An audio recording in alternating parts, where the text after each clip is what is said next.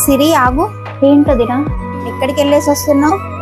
మేడపైకి వెళ్ళేసి వస్తుంది. ఇంత రాత్రి వేళ మేడపైకి ఎందుకు వెళ్ళావు? అది బట్టలు తెద్దామనేసి. సెల్ ఫోన్ ఎందుకు?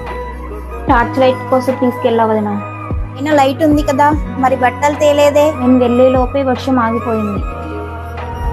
సిరి, ఆ?